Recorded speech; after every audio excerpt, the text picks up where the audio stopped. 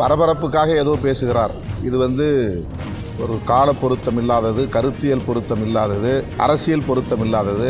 பெரியாருடைய வெங்காயம்தான் காங்கிரஸ் ஆட்சியை இந்த மண்ணிலே வீழ்த்தியது.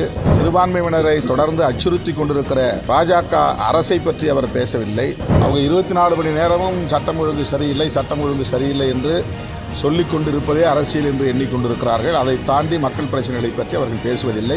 இதே வேங்கவேல் பிரச்சனை சம்பந்தமாக எதிர்க்கட்சித் தலைவர், பிரதானமான எதிர்க்கட்சித் தலைவர் எடப்பாடி பழனிசாமி அவர்கள் ஏன் கையில் எடுத்து போராடக்கூடாது? ஏன் போராடவில்லை? கூட்டத்தொடரிலாவது அந்த கோரிக்கையை இந்த அரசு நிறைவேற்ற வேண்டும் என்று நான் கேட்டுக்கொள்கிறேன். ஆனால் பெரியாரிடம் வெங்காயம் தான் உள்ளது, எங்கள்கிட்ட எங்கள் தலைவன வெடிகுண்டே இருக்குது அப்படின்னு சொல்லி நீ வெங்காயத்தை வீசலாம், நான் வெடிகுண்டை வீசுன்னு சொல்லி சீமான் சொல்லியிருக்காங்க. இதோட பிரச்சாரம் பரபரப்புக்காக ஏதோ பேசுகிறார். இது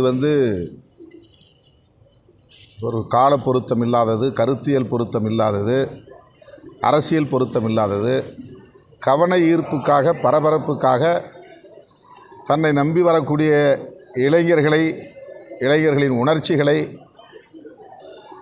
தன்னுடைய அரசியல் பயணத்திற்கு பயன்படுத்தி கொள்ள வேண்டும், அரசியல் நோக்கங்களுக்கு பயன்படுத்தி கொள்ள வேண்டும் என்கிற ஒற்றை நோக்கில் அவர் இவ்வாறு பேசிக் கொண்டிருக்கிறார். பெரியாருடைய வெங்காயம்தான் காங்கிரஸ் ஆட்சியை இந்த மண்ணிலே வீழ்த்தியது. அந்த வெங்காயம்தான் 50 ஆண்டுகளுக்கு மேலாக தமிழ்நாட்டில் சனாதன சக்திகளை வேரூன்ற விடாமல் தடுத்து கொண்டிருக்கிறது.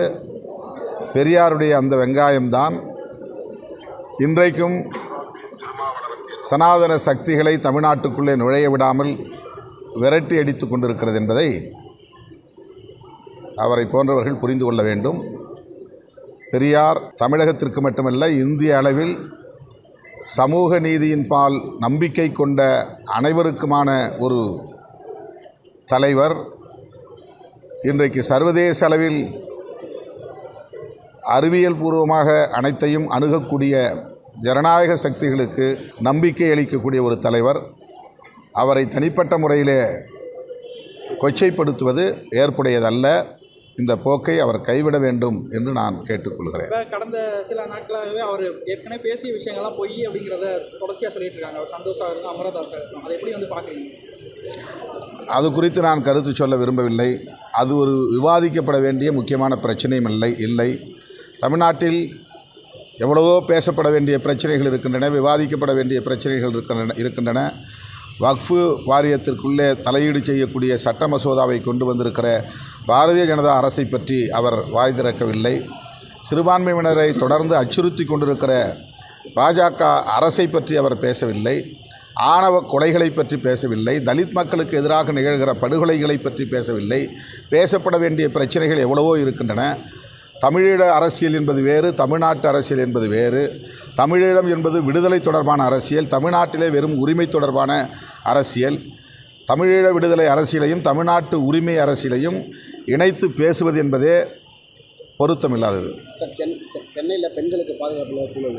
நேற்று கூட காரில் போகிற பெண்களை இன்னொரு காரில் துரத்திட்டு அந்த சம்பவம் மிகுந்த அதிர்ச்சியை தருகிறது. காவல்துறை அவர்கள் மீது நடவடிக்கை எடுக்க இருப்பதாக உறுதியளித்திருக்கிறார்கள்.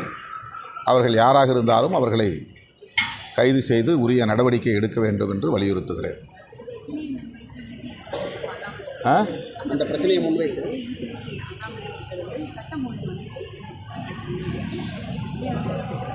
அவங்க 24 மணி நேரமும் சட்டம் ஒழுங்கு சரியில்லை என்று சொல்லிக் கொண்டிருப்பதே அரசியல் என்று எண்ணிக்கொண்டிருக்கிறார்கள். அதை தாண்டி மக்கள் பிரச்சனைகளை பற்றி அவர்கள் பேசுவதில்லை. திமுக அரசுக்கு எதிராக பேசுவது மட்டும்தான் அரசியல் என்று கருதுகிறார்கள். சார், எந்த வகையில் சட்டம் ஒழுங்கு நல்லா இருக்குன்னு சொல்லுங்கள்? மக்கள் எல்லாம் அமைதியாக இருக்கிறோம், சமூக நல்லிணக்கம் இருக்கிறது, பெரிய பதற்றம் எதுவும் இல்லை. உத்தரப்பிரதேசத்தில் பிற மாநிலங்களில் நடப்பதை போன்ற கும்பல் கொலைகள் இல்லை, ஆணவ கொலைகள் பெரிய அளவில் அங்கு தலைவிரித்தாடுவது போல் இல்லை. இப்படி சொல்லிக்கொண்டே போகலாம்.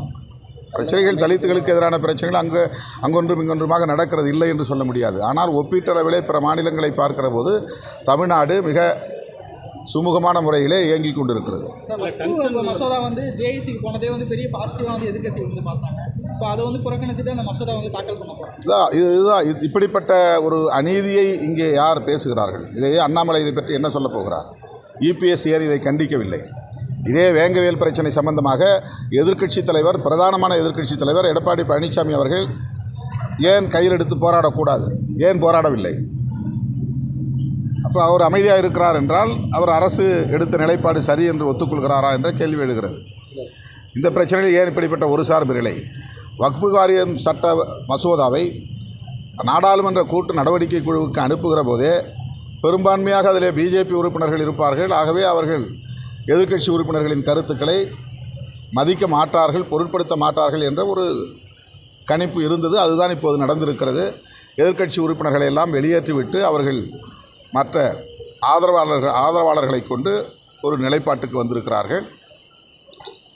மக்களவையிலும் அதைத்தான் செய்தார்கள். இப்போது நாடாளுமன்ற கூட்டு நடவடிக்கை குழுவும் அதை தொடர்ந்து செய்திருக்கிறார்கள். எதிர்க்கட்சிகளின் உணர்வுகளை ஒருபோதும் இந்த அரசு அன்றைக்கும் சரி இன்றைக்கும் சரி மதித்ததில்லை, ஒரு பொருட்டாக எடுத்துக்கொண்டதில்லை. இந்த வேங்கவேல் தொடர்பாக சிஎம் சந்தித்து சிபிஐக்கு மாற்றது குறித்து வலியுறுத்தினார். ஏற்கனவே நாங்கள் முதலமைச்சரை சந்தித்து இது குறித்து பலமுறை பேசியிருக்கிறோம். இந்த நிலைப்பாட்டுக்கு பிறகு இன்னும் சந்திக்கவில்லை. சந்திக்கிற சூழல் அமைந்தால் அல்லது தேவை இருந்தால் சந்தித்து இதை வலியுறுத்துவோம். மத்திய பட்ஜெட் தாக்கலாக இருக்குது சார். தமிழகத்துக்குரிய திட்டங்கள் எப்படி கிடைக்கும்னு நினைக்கிறீங்க? இது போன பிறகு தான் தெரியும். எப்போதுமே தமிழ்நாட்டை பாரதிய ஜனதா கட்சி அல்லாத ஒரு கட்சி ஆளுகிற மாநிலம் என்பதனால் அவர்கள் புறக்கணித்து கொண்டே வருகிறார்கள், ஓரவஞ்சனை செய்து கொண்டே வருகிறார்கள். அதுதான் இப்போதும் நடக்கப் போகிறது. இருந்தாலும் தமிழ்நாட்டிலிருந்து பிரதிநிதிகளாக நாங்கள் என்ன பேச வேண்டுமோ அதை பேசுவோம், வலியுறுத்த வேண்டியதை வலியுறுத்துவோம். தொடர்ந்து விவசாயிகள் அதிகமாக குரல் கொடுத்துருக்காங்க.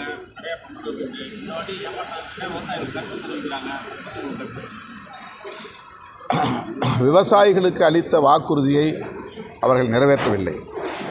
எம்எஸ்பி தொடர்பான ஒரு சட்டம் கொண்டு வர வேண்டும் என்பதுதான் மிக முக்கியமான ஒரு கோரிக்கையாக இருந்தது. வேளாண் சட்டங்களை திரும்பப் பெற வேண்டும் என்பது எவ்வளவு முக்கியமோ அதைப்போல குறைந்தபட்ச ஆதார விலை தொடர்பாக சட்டம் கொண்டு வர வேண்டும் என்கிற கோரிக்கையை நாங்கள் நிறைவேற்றுவோம் என்று வாக்குறுதி அளித்ததன் அடிப்படையில் தான் அந்த போராட்டம் பெறப்பட்டது. ஆனால் அதை அவர்கள் இன்னும் கண்டுகொள்ளவில்லை. இப்போது மீண்டும் பஞ்சாப், ஹரியானா மாநிலங்களில் விவசாயிகள் அந்த கோரிக்கையை வைத்து போராடி கொண்டிருக்கிறார்கள். இந்தியா முழுவதும் அந்த கோரிக்கை வலுப்பெற்று வருகிறது. இந்த கூட்டத்தொடரிலாவது அந்த கோரிக்கையை இந்த அரசு நிறைவேற்ற வேண்டும் என்று நான் கேட்டுக்கொள்கிறேன். இதுபோன்ற செய்திகளை மேலும் தெரிந்து கொள்ள எங்களது யூடியூப், ஃபேஸ்புக் மற்றும் ட்விட்டர் ஆப்களை சப்ஸ்கிரைப் செய்யவும்.